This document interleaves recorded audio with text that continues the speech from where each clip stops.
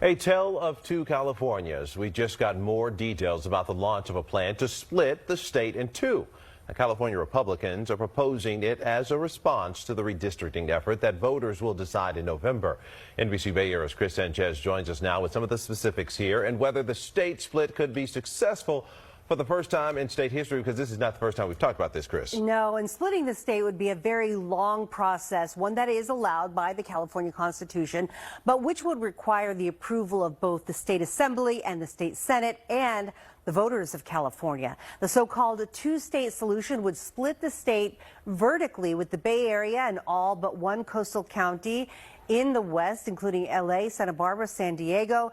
This would represent about 3/4 of California's population. To the east, most of the inland areas, Northern California, the Sierra Nevada, Central Valley, and Southern California's Inland Empire, about 10 million Californians. Today, state Republicans said that the split would give rural voters a voice, which they say will be silenced if the new redrawn congressional maps are approved by voters in the November 4th special election. One of the authors there, James Gallagher of Northern California, said that this impacts water rights, the price of fuel, firefighting resources, the battle between ranchers and environmentalists, and so on. We also asked a political science professor to weigh in.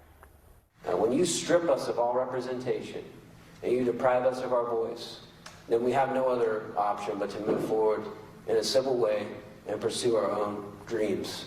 That is the American way. I think that the California voters want a split state. I think California is proud to be California in the form and the shape that it currently is. Now, California's redrawn congressional maps are meant to be temporary, an offset to Texas's new congressional maps drawn along party lines. In 2030, redistricting would revert back to the Independent Citizens Redistricting Commission, which considers census data, not political leanings. Now, splitting the state has been proposed 220 times in California's history. Most recently, a state splitting proposal did make it onto the ballot in 2018, but the Supreme Court ultimately pulled that measure. Otherwise, the efforts have been unsuccessful. Obviously, Marcus, we're still here. Yeah, we'll see what happens this go around. Thank you, Chris. The top Republican in the California Assembly, James Gallagher, has an alternate plan to Governor Gavin Newsom's California redistricting plan set to go before voters this November. Instead of carving up individual congressional districts, Gallagher is proposing to split the state in two, calling it a, quote, two-state solution. Gallagher's plan would cleave the state into two distinct parts, with the bluer coastal counties separated from the more GOP-heavy inland portions of the state. Gallagher is expected to outline his two-state plan at a news conference in Sacramento tomorrow. Deadline for the state's attorney general to weigh in on California Democrats' attempts to redraw the Golden State's congressional maps. Also this morning, a California Republican leader is ramping up rhetoric even higher as he's set to propose splitting the state in two. KCRA 3's Mike DeSell joins us now live from the Capitol to detail these two significant headlines today. Yeah, and good morning, Melanie and Brandy. And let's start with the Attorney General and his obligation today among all this talk at the state capitol about redistricting in California. Since state Democratic leaders approved putting the redistricting proposal before voters, today is the deadline for the Attorney General to provide the Secretary of State the official ballot title and summary. This includes an analysis from the legislative analyst, and it should include the text of the ballot measure.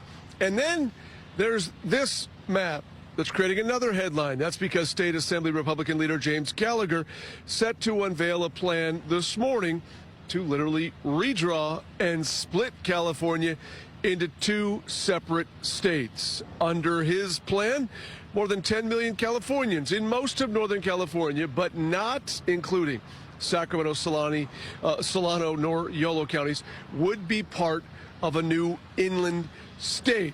Now, back out here live, the idea of splitting California into two, not new, and has repeatedly failed efforts in the past. Regardless, a news conference from state Republican leader James Gallagher set for 10 o'clock this morning here at the state capitol to once again float that idea of splitting California. Live at the state capitol in Sacramento, Mike DeSell, KCRA 3 News. Okay, Mike, we'll see what happens. How great is Idaho? Well, pretty great. But one Oregon group thinks it can be greater. and they are getting closer to maybe making some more noise about it. We told you about this the past 12 months, about the quest to make Greater Idaho, how several counties in eastern and southern Oregon want to be part of Idaho instead of Oregon, the rural, more conservative counties. They've been gathering signatures since last February to get initiatives on local ballots to move Oregon's border. That's what they're calling themselves now. The Move Oregon's Border organizers, they were able to collect enough signatures to get voters to say yay or nay to the idea in 4 counties last November. 2 agreed, Union and Jefferson. 2 did not, Douglas and Wallowa, getting it. But they are not deterred. They just announced they got enough signatures to put the proposal on 5 more county ballots for the May election. That'd be Baker, Grant, Lake, Malheur, and Sherman counties. They're going to decide this spring if they want to move forward on moving Oregon's border. Mike McCarter is the president of this grassroots group, and he told us today, while this idea that some think is pretty far out there, it's actually a sentiment that's been boiling under the surface for a while. How the more secluded part of the state has felt even less a part of the decision-making process for a while. It is not a vote to secede from Oregon, because a county cannot do that. It's a measure that says, county commissioners, your citizens of your county want to see you work towards this process.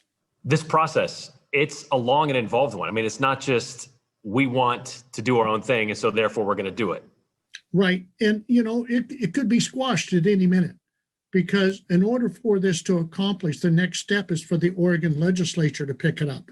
If they agree that they would like to look into it, then they've got to contact the Idaho legislature and start putting together something or seeing if something will not work.